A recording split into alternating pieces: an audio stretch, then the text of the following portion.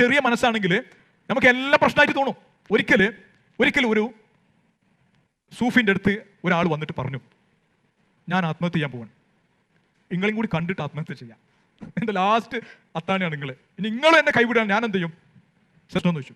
എൻ്റെ വൈഫ് എന്നെ ശല്യപ്പെടുത്തുകയാണ്, എൻ്റെ കുട്ടികൾ എന്നെ ചീത്ത പറയണേ, എൻ്റെ കുട്ടികളെ മുന്നിൽ എൻ്റെ വൈഫ് എന്നെ കളിയാക്കുകയാണ്, നാട്ടിൽ പോയ നാട്ടുകാർ എന്നെ കളിയാക്കുകയാണ്, എല്ലാവരും എന്നെ കളിയാക്കുക, അങ്ങനെ വളരെയധികം എന്നെ ടോർച്ചർ ചെയ്യണേ, ഞാൻ ആത്മഹത്യ ചെയ്യും.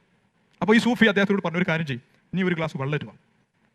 അങ്ങനെ അദ്ദേഹം ചെയ്തു, ഒരു ഗ്ലാസ് വെള്ളറ്റ് വാ, എന്നിട്ട് ഒരു പിടി ഉപ്പ് ഈ ഗ്ലാസ്സിലേക്ക് ഇട്ടു. നല്ല മനസ്സിലാക്കണേ, ഈ സ്റ്റോറി ഗ്ലാസ് ഇങ്ങനെ കലക്കിയിട്ട് അദ്ദേഹത്തോട് കുടിക്കാൻ പറഞ്ഞു. എന്താ സംഭവിക്കുക?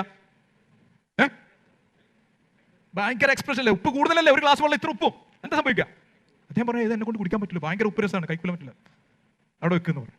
അദ്ദേഹത്തെ ആ സൂഫി എന്ത് ചെയ്തു, ഇദ്ദേഹത്തെ നേരെ എടുത്തിട്ട് ഒരു പുഴൻ്റെ അടുത്ത് കൊണ്ടുപോയി. പുഴയിൽ കൊണ്ടുപോയിട്ട് ആ വ്യക്തിയോട് ഈ സൂഫി പറഞ്ഞു, ഇനി ഒരു കാര്യം, ഇനി രണ്ട് പിടി ഉപ്പെടുത്തിട്ട് ഇടാൻ പറഞ്ഞു. എവിടേക്ക് ഇടാൻ പറഞ്ഞു? ആറിലേക്ക് ഇടാൻ പറഞ്ഞു. എന്നിട്ട് കുടിക്കാൻ പറഞ്ഞു. അപ്പൊ അദ്ദേഹത്തോട് ഉപ്പ് രസം ഉണ്ടാവും ചോദിച്ചു. ഉപ്പ് രസം ഉണ്ടാവോ? എന്താ കാരണം? നടി വലിയതാണ്, വിശാലം, അതിവിശാലമാണ് നദി. അപ്പൊ ഈ സൂഫി അദ്ദേഹത്തിനോട് പറഞ്ഞു, ഇപ്പൊ നിന്റെ മനസ്സുണ്ടല്ലോ ഈ ഗ്ലാസ് പോലെയാണ്. ഇപ്പൊ എന്റെ മനസ്സെന്തിന്റെ? ഗ്ലാസ് പോലെ ചെറിയതാണ്.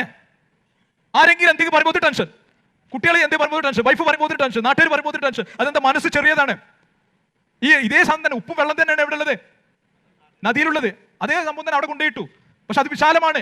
വിശാലമായപ്പോൾ എന്ത് ചെയ്തു? ഫീൽ ചെയ്തില്ല. അപ്പൊ നിങ്ങളുടെ മനസ്സ് നിങ്ങൾ വിശാലമാക്കുകയാണെങ്കിൽ ഈ പ്രശ്നങ്ങളൊന്നും ഒരു പ്രശ്നമല്ല. മനസ്സിലാകുന്നുണ്ടോ? എവിടെ പ്രശ്നം എന്നറിയോ? എവിടെ പ്രശ്നം? നമ്മളാണ്. നമ്മളെ മനസ്സ് ചെറുതാണ്. പള്ളി കമ്മിറ്റിന്റെ ആളായിരിക്കും ചിലപ്പോൾ, ആരെങ്കിലും ഞാൻ പൈസ തരില്ല, അതോടെ നമ്മളെ കഥ കഴിഞ്ഞു. അപ്പൊ ഒരു കമ്മിറ്റി അവനാരാ പറയാൻ കമ്മിറ്റിനെ വെല്ലുവിളിച്ചിരിക്കുന്നു. അവിടേക്ക് റസൂലുള്ളാഹി സ്വല്ലല്ലാഹു അലൈഹി വസല്ലം മനസ്സിലാക്കേണ്ടത് മനസ്സ് വിശാലാണ്. ഹബീബ് സല്ലല്ലാഹു അലൈഹി മനസ്സ് വിശാലം, അത് അവൻ അറിയാതെ പറഞ്ഞേനെ. മനസ്സിലാകുന്നുണ്ടോ? മനസ്സ് വിശാലായി കഴിഞ്ഞാൽ ഒരു പ്രശ്നവും നമുക്ക് എന്ത് ചെയ്യില്ല, മുഖത്ത് ഫീൽ ചെയ്യില്ല.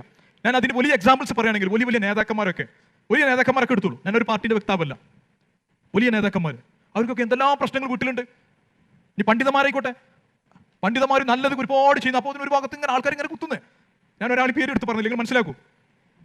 പക്ഷെ അവർ പരിപാടി നിർത്തിയ ഞാൻ രാജിച്ചോ, കമ്മിറ്റിയിൽ എന്തെങ്കിലും ചെറുപ്പോൾ ഞാൻ രാജിവെക്കുകയാണ്. ഇങ്ങനെ കുറെ ആൾക്കാർ. ഇതൊക്കെ ചെറിയ മനസ്സാണ്. നിങ്ങൾ വലിയ മനസ്സാവൂ, ഒരു പ്രശ്നമാവില്ല. അതൊക്കെ അവർ നേരിടും, ചങ്കൂറ്റത്തോടെ നേരിടും.